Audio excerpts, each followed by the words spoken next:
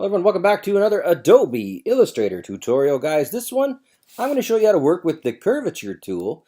A lot of people usually work with the Pen Tool, and the Pen Tool is great, but I really like working with the Curvature Tool. And in particular, I'm going to show you how to use it so that you can move your different anchor points around, how to create straight sections as well as curved sections. Even though it says, Curvature Tool, it's actually got some straight section ability too, and just some little overall hints and techniques. So let's just get this ball rolling here.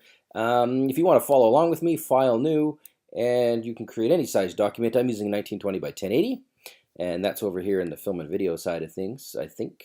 Yeah, somewhere over there. I don't even know. But any size, it doesn't matter. Just go ahead and click on that, and let's get rolling. Now, the first thing I like to do when I use these tools, particularly the Pen Tool and the Curvature Tool, is I turn the grids on. I show my own grid. And I've got a pretty precise grid here. This is not a required step, but it really helps.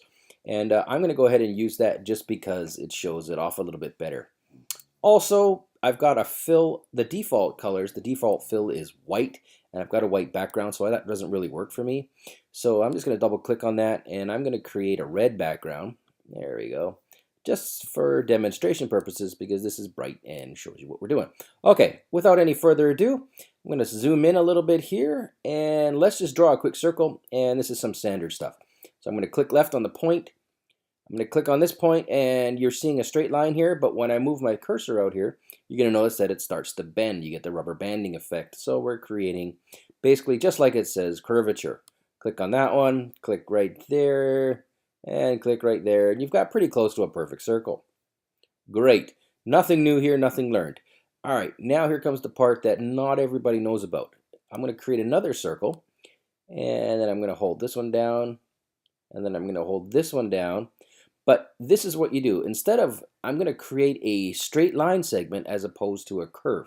And this is kind of out of character. So instead of just left clicking, double left click, and then double left click, and you're going to see that, oh, never mind, I'll do it again. I'm just going to hover over top of it. I'm going to hover over top of this one here, double left click, and you're going to see that this has become a straight line segment. And we could do it again, double left click on it, straight line segment, double left click on this one, straight line segment. We've actually made ourselves a little square rectangle thing.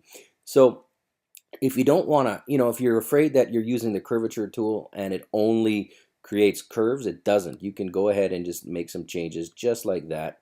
I'm going to make just a weird circle here, and then this one here, before I even land it, I'm going to double click on it, and then I'm going to double click on this one, and then double click on this one, and you'll see that we're creating straight line segments when we do that. So anyways, guys, that's kind of a little bit about how to use that tool. I'm just going to move this one down because it's kind of silly.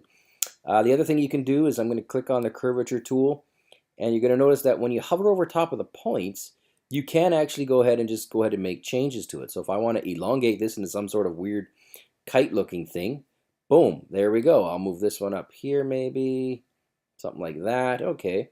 And this one, I've double clicked it there, so this now becomes a rounded corner as opposed to straight corner. I'll double click this one, it's become rounded. And basically we're creating cool shapes, both circular or both rounded and straight shapes using this cool tool. This is one of my favorite tools in Adobe Illustrator, pardon me. If you have any questions or if there's anything you want to learn, just give me a holler, leave a comment. Thanks for watching. I'll be back more with some more stuff shortly. Cheers.